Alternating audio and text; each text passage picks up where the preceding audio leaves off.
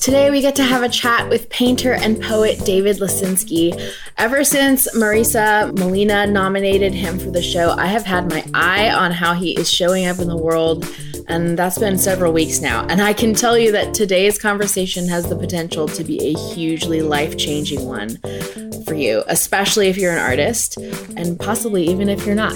I'm really excited about this one. David has a mission to provide people with tools, knowledge, support necessary to evolve themselves to great states of health and happiness so they can live a fulfilling life and go out and impact the world in a positive way.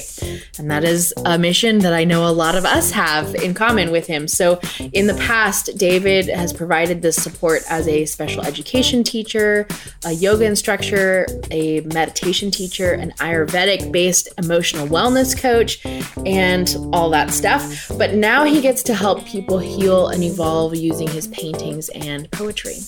And today we get to talk about that. We talk specifically about how to break out of autopilot, why us artists shouldn't stack our metaphorical or literal paintings in the garage for no one to see, and how important it is to nurture a high vibe environment as an artist. I've gained so much out of this conversation. It's been really cool to see the couple weeks later, because these episodes go out a couple weeks after I record them. And it's so cool to see this wisdom popping back up in my own life and going, oh, David was right. He was right. So I'm fairly certain you're going to love David's kind and direct wisdom as much as I do. So please enjoy.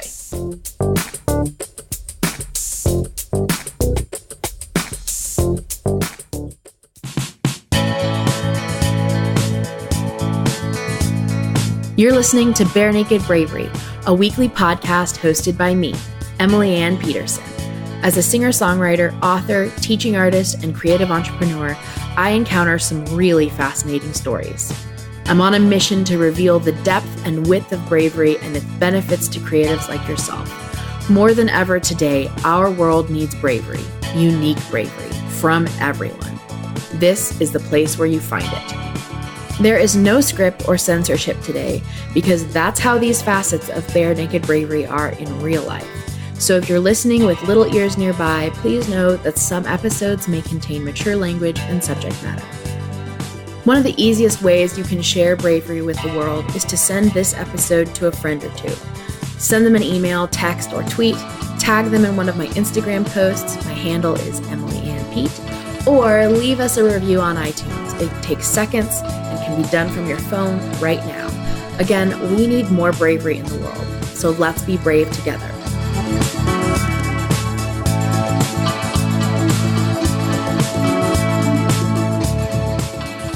I'm really stoked about this. You and I had talked a little bit previously, and what you had to say about being a creative misfit and how you handled those terms, I really appreciated. And I think we need more people in the world like that who agree with me on the subject. So should we start there and just kind of talk about like the term creative misfit? Sure. We'll see if I can remember what we talked about. It's probably close to the surface for you, I imagine. Yeah. So what does the word creative misfit mean to you? Well, I think this day and age, it could mean a whole lot of things. It's an interesting question to start with because this time last year, I wasn't even painting. I would have told you in the beginning or middle of August of 2016, if you would have said to me, let's go create something or let's go paint, I would have told you I can't. It was literally possibly this even week. I think it was more closer to the 12th of last year, August 12th, that I began painting and becoming what I would say creative in that way. So what I've noticed is there's a lot of people like myself waking up, whether it's through singing, through painting, through other art forms, dancing, that are just beginning, that are realizing they had it inside them all along. And I think that's really special and speaks to a very special time that we're in. Then the other piece of that, when I think misfit, I think it's just the fact that we really have to buy into and believe in whatever our style is, even if it's different. And what's really cool about that, and I've seen it in just this 1 year in the art world, there's always people that are going to connect with what you're doing. And you're going to realize real quick that you're not such a misfit. Yeah. So take me back a year ago. Yeah. Before a year ago, what were you doing? You mean before I was creative? Yeah, before you were quote unquote creative. So for other reasons, I began working with a spiritual counselor last June or July. So not just a couple months ago, but of 2016, so just over a year ago. And the first thing she said to me, she was kind of a psychic intuitive person. And the first thing she said to me in our first meeting was, you should really start painting. But because I can't paint, remember, I can't paint because I'm not creative. It was the one thing on my list of homeworks that I didn't do. A couple weeks later, I saw her again, same thing. The third time I saw her, she said, David, start painting or I'm not going to see you anymore. Now, was this homework that she assigned to everyone? No. It was very specific to me, based on her intuition and based on our conversations. And I finally went and bought like a larger canvas. I felt like I wanted to do something large versus small. And I got a handful of paints and a few brushes and just began painting. I had no idea where it was going to go. I was like, okay, cool. And what was interesting for me was, remember, I can't paint. And even if you ask me now, like, I can't draw like your face. I'd have to practice and learn. But I just started painting what was in my mind. There was a black line and some gold. Then it dried, and so I thought, okay, what's next? So then I painted what's next, and I did what's next. And after 3 or 4 rounds of just doing whatever was next, I stepped back from this painting and I said, oh my gosh, it's an angel. And I realized it kind of dawned on me there that, that's how it works for me. I don't have to even know what I'm doing. I just have to trust what's going on in my head and coming through me. And that began a really beautiful, arguably one of the most beautiful parts of my life. This last year has been pretty special. Yeah. I mean, right now you're surrounded by your paintings. Yeah. I'm assuming they're yours. Yeah. They're all organized here and getting organized for the show on Sunday. So yeah. And they're beautiful. Oh, thank you. One of the things I really appreciate about you and your work is that you are willing to, I think this probably has something to do with the fact that you entered into this industry, we'll call it this industry, in an avant-garde kind of way, like in a very non-traditional way. And that has kind of freed you to do and say and talk about things that normally I'm trying to purge my vocabulary of normal, but Sure. Traditionally, say that traditionally, when you become an artist, at least a visual artist, there's like some hoops you have to jump through, some training you have to do, or like there's a presence in the world that you have to step into. And you have probably, I'm just guessing, you've probably skipped some of those hoops. All of them. Also, and you've also probably behave in the industry or show up in the industry in a way that a lot of people don't. Yeah. No, I couldn't agree more. Look, this is a very, very, very special time to be an artist. And I'm willing by choice, and I'll explain what I mean in a moment, I'm willing by choice to choose certain hoops to jump through for certain reasons. But the fact of the matter is there's no more hoops. It's not needed anymore. However, you have to have a drive and a belief in what you're doing. Because there's still, in my opinion, way too many artists who are doing beautiful artwork who, for whatever reason, they're just stacking it in their garage. And with social media, with this huge, I don't know if you or the listeners have noticed, but I certainly have. And not just because I've been in the art world, but I was noticing this for the last couple of years. There is a huge rise in interest in all of the arts. There are a lot more people waking up to art that's within them that they can do, but also more people that are interested in the arts and of all kinds. There's something happening in the world consciousness that's raising. So all of a sudden, you have more opportunities than ever before. You have to go looking for them or you have to create them for yourself. You have to put yourself out there via social media, creating your own shows. Look, I was just telling somebody the other day who is this exact person I'm talking about. I saw this guy's art and it is amazing. And yet he's too scared, doesn't want to sell it, doesn't want to show it, not because he doesn't want to, because he's scared. And he's like, well, what do I do first? I said, well, the first thing I do is have my own show at my own house and just invite friends. Start somewhere and then let it grow and figure out. So no, I'm not against going and taking classes. I'm not against art school. Everyone has their own way.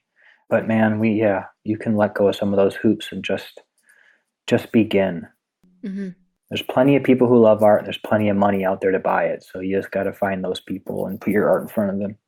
Mm-hmm. Now let's talk about that, because that's a whole nother fish to fry. Like starting is one thing. Like just buying the canvas is one thing, but then choosing to not keep it stacked in your garage is a completely other choice. Yeah. And that's a metaphor for music too. I mean, I have my own songs stacked in my own metaphorical garage that, I haven't finished, or that I don't think is ready for the world yet. Or I have friends, myself included, that has albums that are just like ready to go. But when and how and who do we show them to, and how do we come up with all of that? What are your thoughts on that? Yes. So obviously I can only mainly speak to the painting world because that's what I'm in. I wouldn't know.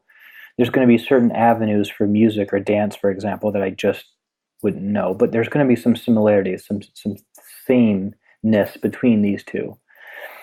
There's two parts to this. There's one, the inner issues that might be going on for somebody that's preventing them through fear, typically, of not putting their music out there. And I can certainly, as an Ayurvedic practitioner, which is, for those listening, a style of holistic medicine, I'm an emotional wellness coach in that Ayurvedic style. You can talk with people like that or get help from people like that to deal with whatever fears or issues are going on that are getting in the way. So there's that whole half of things. So once you're dealing with that, or just choose to use good old willpower to say, okay, I'm going to do this, well, then there's taking action. So what are these actions? I mentioned one thing is with starting with people who care about you, who know you, and putting on your own show for them. And really making it nice for them. And because that's where it's going to begin. It's going to start figuring out from somewhere. The other thing is looking for wherever you live, looking for local venues that are not expensive, and just looking at, hey, either you're going to have the money to do it, or you're going to take a couple months to put money aside and pay $100 to $150, whatever it is for this or more, for this venue, and invite people. Get people enrolled and make a goal, 20 people, 30 people, whatever. So then you have social media. And again, this is where there's going to be probably some things going on in the music world that I'm not aware of. But for me, it's Facebook and Instagram. And it's calling on people who you know to help. It's calling on friends and family to share. So again, it's a combination of really getting out there and putting your stuff out there and dealing with whatever is in you stopping. Because like I said, there's plenty of money in the world, plenty of people who are going to like what you're doing. You just got to get it to them. For a painter, it's walking into a gallery and saying to the gallery owner, here's my stuff, let's make money together. I'm not sure what that would be for a musician, but coffee houses, anywhere, play anywhere. Oh, in every vein of artistry and craft, there is going to be this, hey, gallery owner or venue owner or whatever, let's make some money together. There is that in whatever vein that we're talking about. So even if you're talking about like artisan coffee tables, right, that's going to a really luxurious furniture store and saying, hey, let's make some money together. Yeah. I really love I think a lot of artists are turned off by making money, first of all, or using that word. I don't think they should be, but I think they are. But saying, hey, let's make some money together, that is a much softer, kinder way of saying, maybe it's avoiding or directly addressing, do you value me? Mm-hmm. Well, yeah, and I chose those words specifically because if I'm walking into a gallery, that's what they want to hear. Yes. They want to know that two things. Number one, I'm a professional. And number two, I'm not here just for fun. The fun's going to happen because I'm a working artist. But the fact of the matter is I want to be a working artist. Right. Okay. And so, yeah, so when I walk in, I've had a couple, I'm currently in 2 galleries. There was another one I was in, and that's one of the first things I said to them. I said, I want to show you my art. And once I saw that there was even some interest, I said something along those lines because I want them to know that's what I'm here for as well, because that's what they want, or they're not going to survive. Totally. So absolutely. And that's the other thing I want to bring up, as I said, professionalism. I'm actually working on putting together a class, so maybe at some point I'll be helping teach this to artists, but there's a certain level of, quote, professionalism, unquote, that we really have to bring to the table if you are really truly looking to be a working artist. No, we don't have to wear a suit and tie every day, thank goodness, right? But having your stuff organized, having your prices ready, showing up on time, sending emails out, being able to show somebody. I mean, me personally, I would have difficulty working with someone who's not showing up on time and doesn't have their stuff together. So it's really looking at yourself and what you're doing as a business, and be thankful. This is the time where artists can be more than ever before making money what they're doing. What a blessing that is. Right. How fortunate it is that I get to do that for a living. And so, yeah, talking with whoever you need. And the reason why I bring this up is because we both know that in the art world, and I'm in the spiritual world as well, yoga teacher world and everything, and the sort of creative side of things, that there can be a lot of disorganization. And I would call out to anyone doing that's still in that space, to get help and get yourself organized, because that's going to really touch people who like galleries or people you're speaking to about your music or whatever, so. Mm-hmm. I know for a fact that if you have, the more structure you have, or the more organization you have, the easier the creativity flows. I fully believe that. Look, plants grow from stability.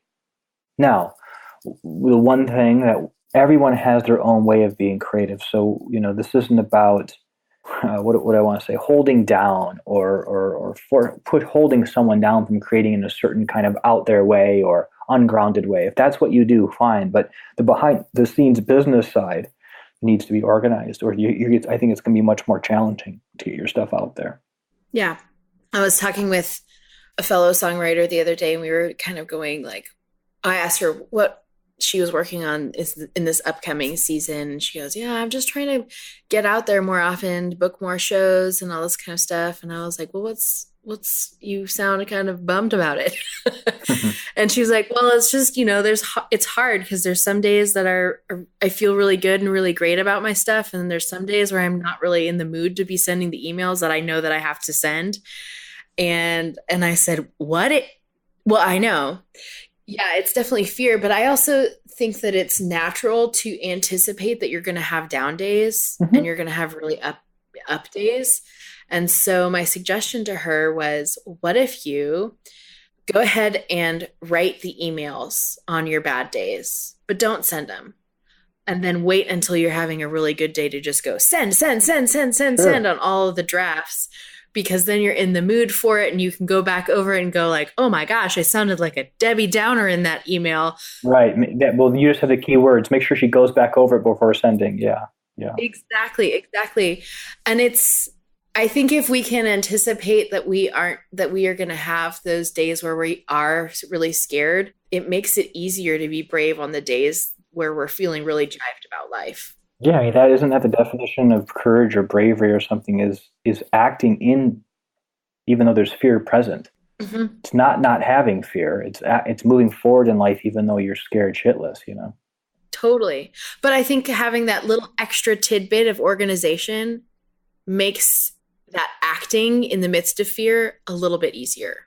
And any self-work, this is probably a conversation we don't want to get too far into, but and there's a lot of forms of this, but getting into why those fears are present for oneself, whether it's meditation, yoga, therapy, the long list of things we could list, if you have the time, go for it, because there's a lot of limiting beliefs and false belief systems that we pick up starting at a very young age.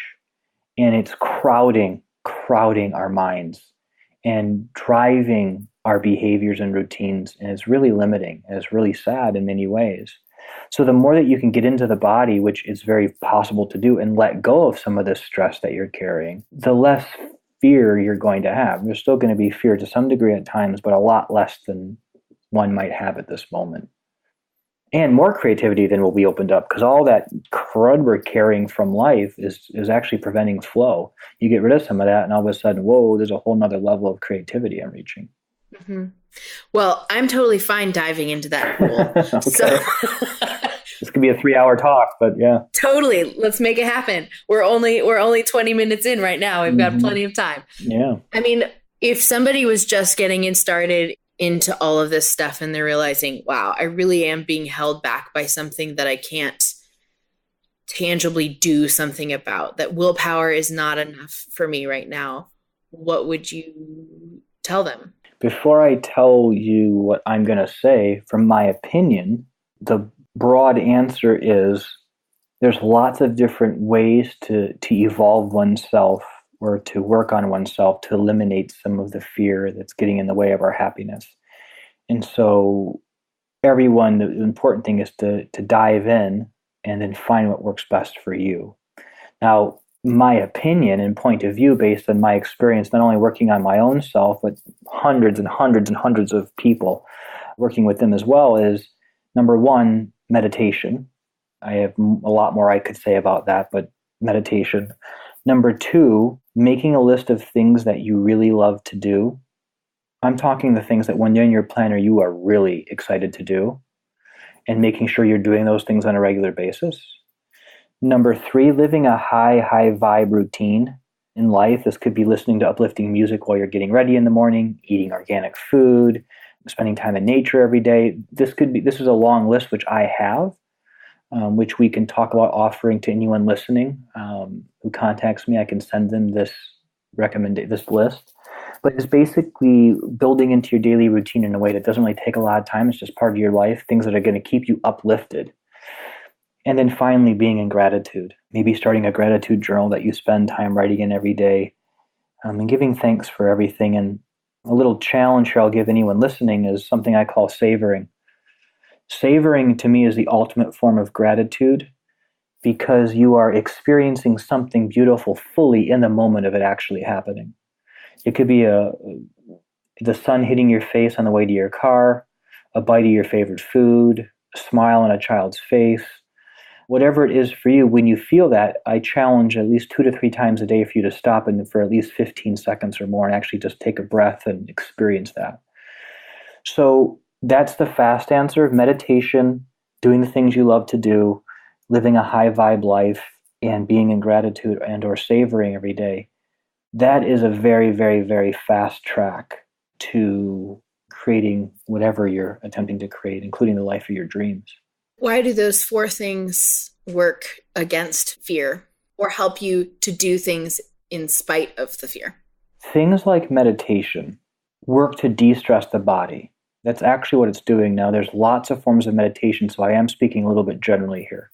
But the form of meditation that I teach, and many of the forms out there, they're actually built to reduce the stress you're carrying, and this is the stress that's causing the fears.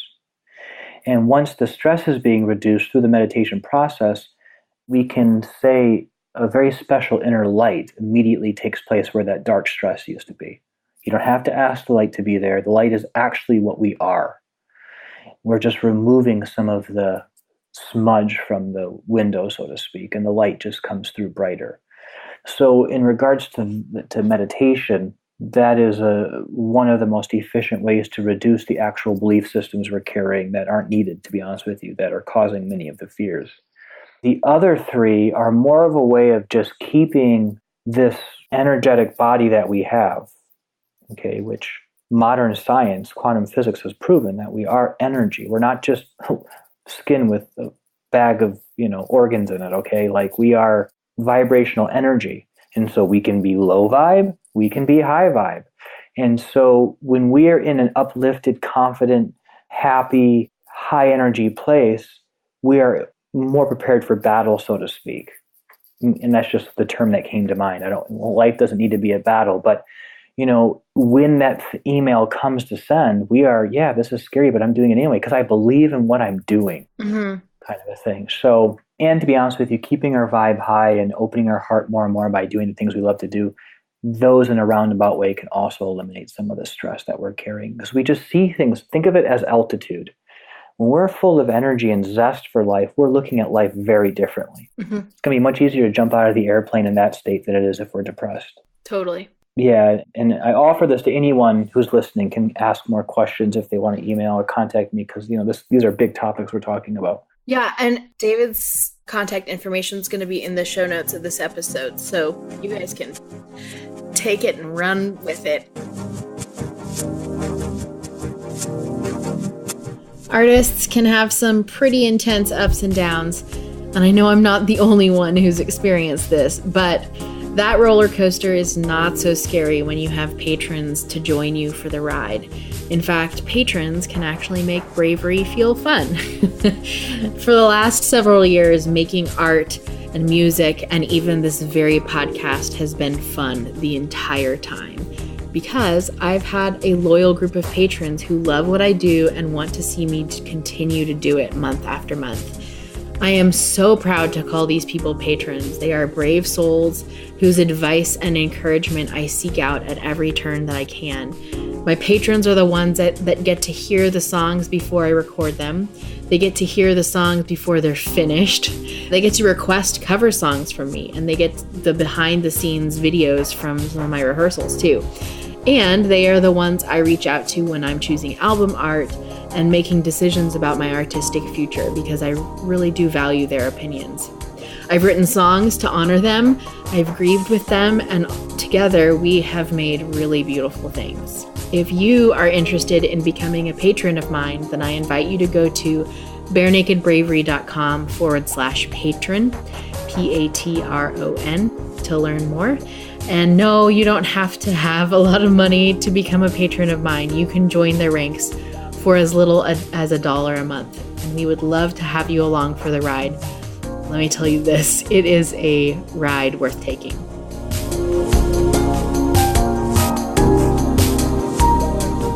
I this last year adopted a dog.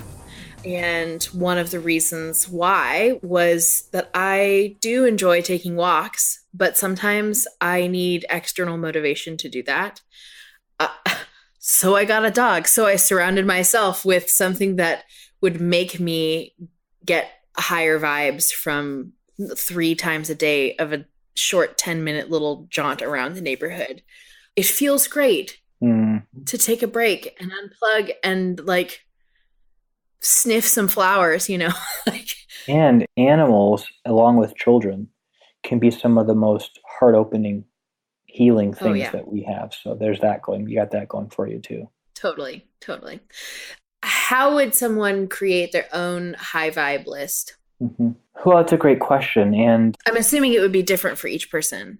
Well, what people choose to incorporate into their life, yes. The long list of things that are high vibe would be the same. Because if you start breaking things in life to low vibe, and I'll give some examples in a moment, low vibe, high vibe, they're all going to be the same. But yeah, what someone chooses to pick from the list then could be different. So that when I work with people in the emotional wellness coaching I do, there's one list I give them, and I make sure they know you don't necessarily have to do all of them. You can pick what works for you, and then you're going to probably find some things that aren't on here. But here's some examples. Tonight, my girlfriend and I were going to watch a movie. Are you going to choose a horror movie, or are you going to choose the uplifting movie? When I'm getting ready for morning or when I'm cooking, I'm going to have some music on. I'm going to play some nice uplifting, maybe whatever is uplifting for me, that's got a nice ring to it, whether it's yoga type music, or whether it's classical music, or whether it's folk music, whatever, but something that has a nice lightness and upliftingness to it. Choosing healthy foods versus unhealthy foods. Those are reading uplifting literature versus heavy stuff. Other things on the list would be things like wearing comfortable clothing when home, airing out your house every day, like letting the windows be open, spending time in nature, spending time with animals and kids if they're around you. When you start thinking of the things I'm mentioning, based on that, someone could probably start to put a list of what is uplifting. And yes, that does mean there might be some choices people have to make to start limiting some stuff. I used to be really, really big back in the day when I first started meditating, big into watching the UFC fighting. Now, I'm not here to bag on UFC. I think those guys are the most amazing athletes on this earth. But what I noticed was, I didn't choose this, by the way. I noticed that after I began meditating and raising my vibe, I wasn't watching anymore. It wasn't something I was naturally attracted to. Same with coffee. I used to have the electric coffee maker, the timer that was ready as soon as I woke up. Boom, the first thing I smelled was coffee. And again, I didn't choose this. When I began to live a life that was more uplifting and my awareness, my energy started to raise, I just wasn't attracted to the coffee anymore. And now I drink it just for a treat once in a while. So I'm not here to bag on coffee either. Totally. And I would say I have my own list of musicians who are wonderful, like phenomenal musicians who I adore and really admire, but they are definitely not on my high vibe list. And I have to be very selective about when I choose to listen to them, because otherwise I'll get into that deep, dark Seattle gloom place as opposed to the light, airy, motivated space that I want to exist in. But it doesn't mean that I don't like them. Correct. I am the same way. Absolutely. Right. And it doesn't mean that I can't listen to them. It just means that I actually, like you and coffee, like I don't automatically go, oh, yes, I know exactly who I want to listen to today. It's only occasionally where I'm like, yes, now is the good time to be doing this. Yeah. Yeah, absolutely. And it's a choice. There's power in your choice to listen to them versus just doing it because you need it. And for some reason, before I continue on, I'm just going to make this call out to all artists listening, because it's just coming through for me to say. As artists, no matter what it is, you have an opportunity that a lot of people maybe aren't open to. And the reason why I say that is because I think everyone has some type of artist in them. But for whatever reason, like me, for 39 years of my life, I'm not an artist. So those of us that are given this opportunity to paint, to sing, to do whatever it is, you can change the world with that. Whether it's one person or thousands or more, you have an amazing opportunity to shift people, to do something beautiful for people. And so living a healthy life is part of the job. It's simply part of the job. And you can either choose it or not. But know that if you're choosing not to, you're ripping people off, and potentially yourself. And so that's my little motivational speech for the hour. No, that's some tough love. Like but it's solid. I mean, I just came back from this week with a bunch of other musicians, and it ended with this big music festival. And I was reminded, it was actually such a wonderful experience because we spent 4 days talking about songs and the songwriting and the craft of the thing, right? And then immediately got to see it in action on stage with a live audience. And I know it was a music festival, so some of my song schooler friends probably weren't taking it in this way, but I was definitely sitting there taking notes in my head of like, wow, this is so impressive. This one artist just laid out this audacious song with this audacious message. And I could physically see the change in people's bodies, and not just a couple people, but in a whole field of people. And that power of changing the world, or even just for a brief moment, for 3 minutes of a song, or for the 3 minutes that you look at a piece and you're completely overcome by just the emotion of the visuals. Yeah. That is such a gift that we have as creatives. And you're right. It's something that needs to be honored. Yeah. The butterfly effect, by the way, is a very real effect. So when you're putting the vibrations of a song or an art piece or whatever else out there, you have no idea how much it's impacting. And look, one of the reasons why people are scared to put art out is there's also going to be people that don't like what you're doing. Or, and this is important for people to understand, and I want everyone listening to, for just a moment, visualize themselves with whatever art form they're into in front of a crowd. And in that crowd, there could be half of the people who, from your observation, aren't listening or not getting it. Could be more. It's not necessarily because what you're doing isn't good. It could be because people's heads right now are so crammed with so much stress and garbage that they're so caught up in their crap that they don't even know to pay attention. Or they're just there because of the person next to them. And that music or that vibe from that painting or that fluttering of energy that's coming out during your dance piece is still hitting them. And that is the challenge for a lot of people as artists is either they're going to see people that aren't interested, or there are actually going to be people that just don't like what you're doing. And that's just the color of the world.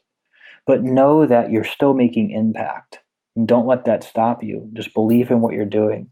Because it is making a difference, whether it's one person or thousands, and more than we typically know as artists. Mm-hmm. Earlier, you mentioned the phrase, there's power in choice. Mm-hmm. And that the power of choice is one of the 12 ingredients that I've discovered in Bravery. And it's a sub-ingredient of improvisation and how important it is to acknowledge your environment and use your constraints and your limitations and then act on the impossible or your imaginative possibility, right? As a visual artist right now, how are you using power of choice within your art and then also within your career and lifestyle? Yeah. So quickly, when I was mentioning the power of choice before, I was referring to the fact that a lot of our behaviors and habits are happening on autopilot based on belief systems we've picked up from life. Starting with we're a young age and our parents start treating us a certain way or raising us a certain way, and things happen that are good and things happen that are not so good, and then all of a sudden we're on autopilot, and unfortunately the majority of the 7 billion people on this earth are living life on autopilot. And again, it's not full living. And this is basically any spiritual teaching anywhere in this world has basically been saying this in their own way. So if you can slow it down, let's use food and diet for a reason is a big one. So a lot of people run to food emotionally. If you can at least get to a point where you can stop before you grab the ice cream and choose to grab it versus grabbing it on autopilot, that is a huge start. Mm-hmm. If you're somebody who runs to fast food at the end of a long workday, if you can just stop and say, okay, I'm choosing to go get fast food and take a breath and then go get it, versus just next thing you know, you're in the line there ordering, it's a huge thing. And what happens with people is when they start taking a breath and choosing, they realize, oh, I have other options. And even though I feel so compelled at times to go to that unhealthy choice because I think it's going to make me feel better, they're surprised at how easy it is to make a different choice. So that was one thing. In regards to choice in what I do, is it is so key for me because what I'm doing is art that heals and poetry that heals. It is so key for me that I keep my vibe high using those 4 techniques I mentioned earlier and just making the best decisions I can. And so if I'm choosing not to and have a few days in a row where I haven't been making the healthiest choices, it greatly impacts my art and my ability to be a vessel and let what needs to happen on the canvas come through. So then I have a new choice to make. I have a new choice where I can become forceful with my art, or I have to choose to take a couple days and trust it's all going to work out and get myself back together and do some other things behind the scenes, the business side, while I'm waiting to get my energy back in the flow so I can then actually paint. So that would be the most significant way. And trusting, I just mentioned trusting. That would be another one. I really have to choose to trust. That if today's not a great painting day or a painting's taking longer than I thought, that it's everything I need to have done for my next show is going to be done. And when I do that, life goes pretty good. When my stress gets in the way and I start rushing and forcing and pushing through life because I'm scared I'm not good enough or scared it's not going to happen, that's where things begin to fall apart. Which, I mean, this takes us back to being organized and how helpful it is to be organized. Because if you create a system or an organization plan of attack or whatever, then when you are having those days of low trust in self, it's easier to go, well, this is the plan. I'm going to go ahead and do this thing that I said I was going to do. Yeah. Or put this painting in the place that I said I was going to put it, Yeah. Yeah, that roller coaster is never going to stop, even when you're a multimillionaire making artist. Totally. We have examples of that all over the place. So it's about managing oneself, and through meditation and living a high vibe life or whatever else works for you, it's about getting in the roller coaster ride rather than being dragged behind it like most people on this earth. Mm-hmm.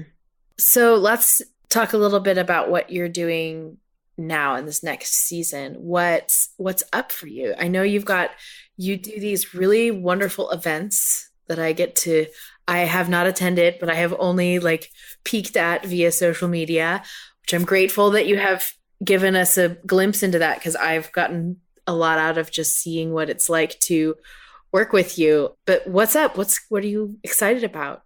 Yeah, it's really exciting. It's funny that we're having this conversation today and you're asking me, because I've been sensing that starting this coming Monday, it's Thursday, so in about 3 or 4 days here, that I'm going to be going inward and starting my next series and spending a lot of time alone, just by choice, and meditating a lot and painting. So I'm excited about that. Well, wait, that's a good thing. How do you know when to go inward? It's all just a sense. And when I say that, it's not like I'm going to be a hermit, although some artists in the past and some of you listening, that might be actually what you do. And so that's fine too. I'll still be surfing a couple times a week with friends. I'll still, answer my phone once in a while, but I'm going to be saying no to a lot of things, because I know that I need to, for myself, be here painting and then behaving in a way that is allowing me to be that vessel, which means increasing my time meditating and doing those types of things. So along with this next series that's going to be coming out and continuing to sell paintings, which for me is one of the most fulfilling things I've ever experienced, is selling my art. I'm really excited about what you mentioned, these experiences I've been creating. And the last one I did about a month ago was by far the most successful, not only in sales, but in attendance, but in this dream I've had for 6 or 7 months now. And wow, here it is. So now it's just about refining it. And that is an experience for 2 to 3 hours. I guess it could be longer, but where anyone attending is going to be completely nourished through all 5 senses. Mm-hmm. So for the sense of taste, I had a local tea company with organic, relaxing teas. For the sense of smell, I had a room that was an essential oil room, and there was a meditation being led based on one of my paintings in essential oils. There was a whole bunch of, I don't know if everyone listening has heard of Reiki and things like that, but there's this beautiful room where there was Reiki being given in 5-minute, like little upgrades, little 5-minute healings. So there's the sense of touch. Then my art and poetry was the sense of sight. And sometimes I have live music and other times I have music playing, and there's the sense of sound. And it's all deep, relaxing, healing, loving, nourishing. And then people get a menu. So they walk in and they go to all these things, including, this whole room with all of my art and poetry, which each piece is a healing piece. The poem and painting couples together. And then the whole thing finishes with a 30-minute guided meditation led by me with live crystal bowls or something. So people are coming for 2 to 3 hours, and they are completely, through all 5 of their senses, being just loved on.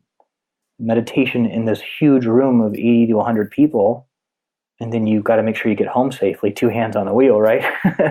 and it's a healing based in the arts. So I'm excited about the next one that's coming up in October here in Encinitas. And for anyone, listening, find me on Facebook or connect with my newsletter via my website if you're interested, and really where that goes. I would even say that even if you're not in David's area, that you should sign up for his email list or follow him on social media, just because I, in the last couple weeks, have learned a lot about how to show up in the world as an artist.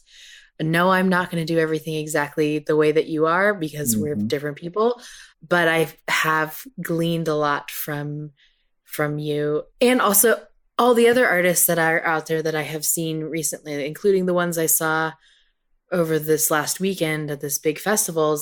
I won't listen to those artists every day, all day, every day, but I want to stay in touch with how they are showing up in the world, because 1, I want to support that, and 2, I want to learn and soak up all of the wisdom that they have to offer, like the crumbs of inspiration that they drop along their path, like are really nourishing for me as another artist. So granted, I can't be solely fed off of those crumbs because they are still crumbs. However, they're the crumbs that go on top of the sundae that I'm making. So darn right.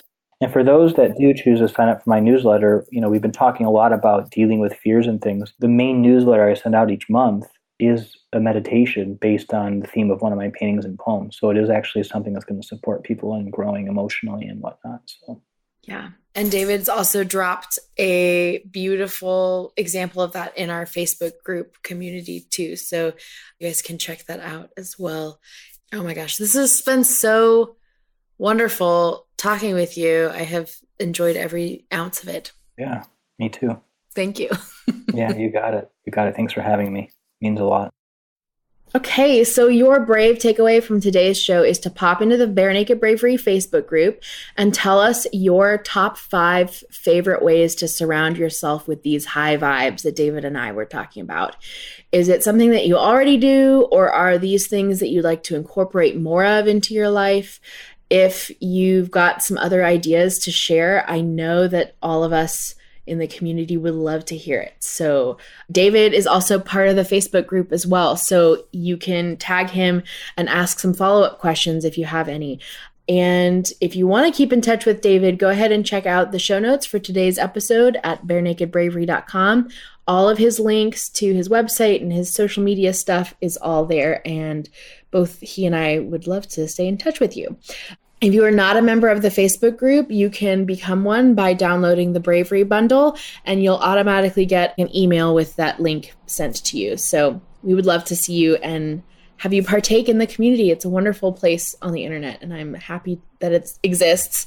So that's our show for this week. Thank you again for listening. If you are loving the music, that is because it's brought to you by Lee Rosevere, and I'm so grateful that he is allowing us to use his music. So go check out him in the library of resources at barenakedbravery.com. I am looking forward to you.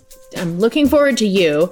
And I'm also looking forward to being with you next week. We have some really wonderful things in store for you as always. And until then, I have one message for you. It's this: be yourself, be vulnerable, be imaginative, be improvisational, and be brave, because the world needs more of your bare naked bravery.